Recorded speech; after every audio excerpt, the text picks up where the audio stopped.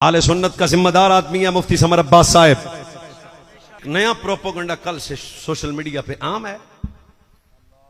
हम सैयुल अकीदा उलमा के साथ खड़े हैं। सुन्नी सुन्नी हाथ चुकन बाकी थल्ले थल्ले,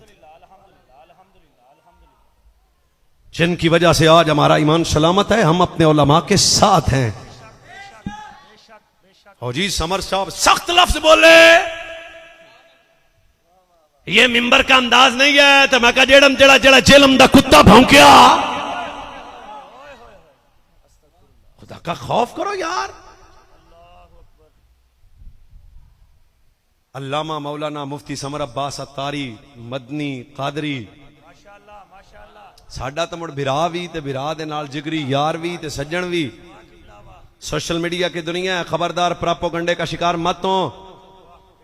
आले सुन्नत का जिम्मेदार आदमी है मुफ्ती समर अब्बास साहब।